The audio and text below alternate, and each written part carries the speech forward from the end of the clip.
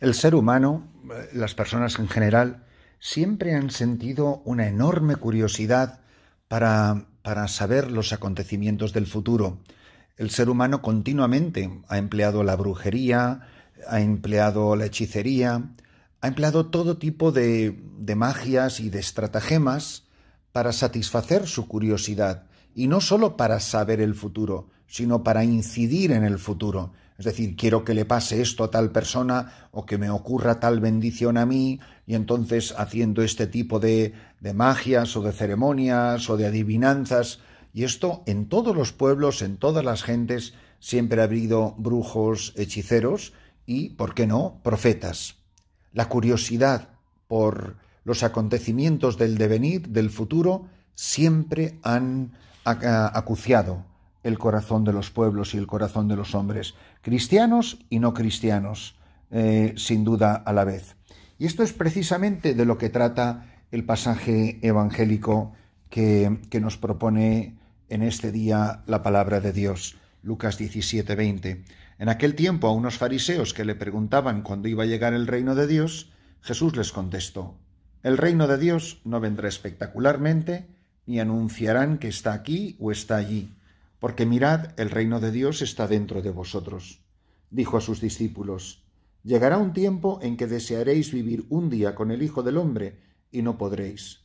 Si os dicen que está aquí o está allí, no vayáis detrás. Como el fulgor del relámpago brilla de un horizonte a otro, así será el Hijo del Hombre en su día. Pero antes tiene que padecer mucho y ser reprobado por esta generación. Mirad, al ser humano siempre le ha angustiado de tal manera los acontecimientos futuros y sobre todo la preocupación de su propia salvación, que ahí tenéis, por ejemplo, la teología luterana, la teología protestante, que se fija en la predestinación. Dios ya sabe el que va al cielo y el que va al infierno. Por tanto, da igual lo que hagas, porque si Dios te creó para el cielo, vas al cielo. Y si ya puede ser todo lo bueno que quieras, que como Dios te tuviera para el infierno, al infierno que vas. Y llegó a cosas tan grotescas Lutero como para querer dar a los creyentes unas señales de que uno estaba predestinado para el cielo. Y no se le ocurrió otra cosa más poco evangélica que el decir que la señal de que uno había sido predestinado para el cielo era el éxito económico. Esto luego se hizo mucho más grave con Zuinglio y con Calvino, que fueron incluso más radicales, más anticatólicos que el mismísimo Lutero.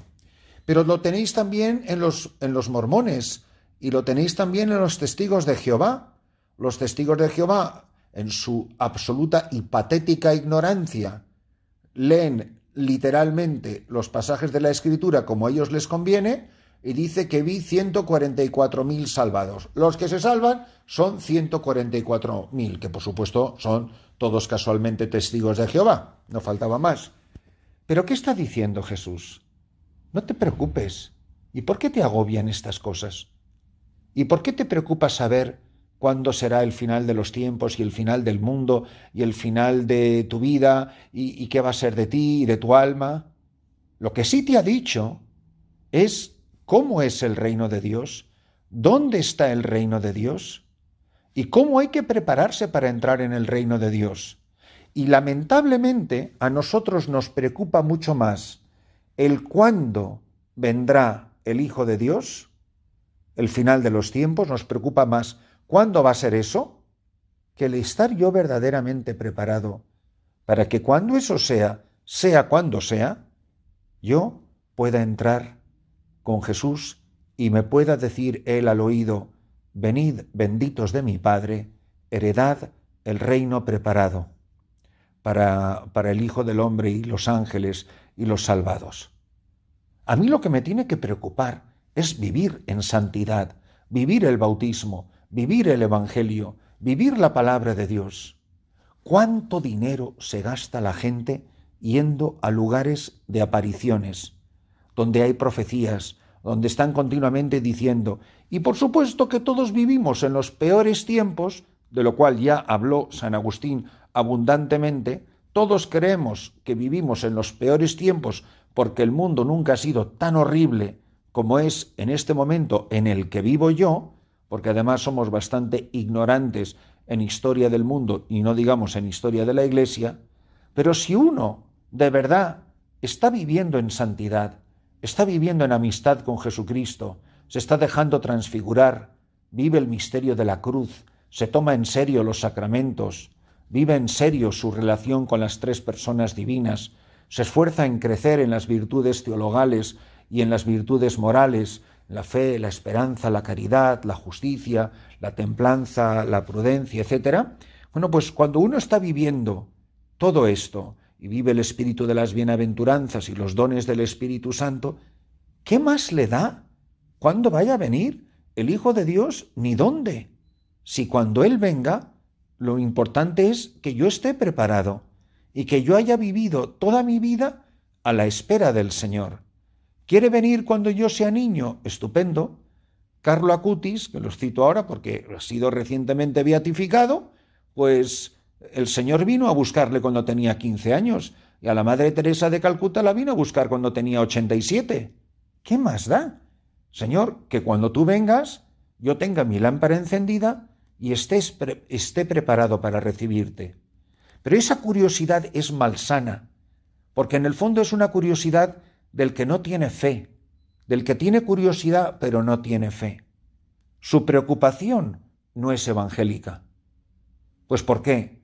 Porque para el que ama, lo único importante es que el amado, cuando venga, me encuentre en vela, con mi lámpara de aceite encendida.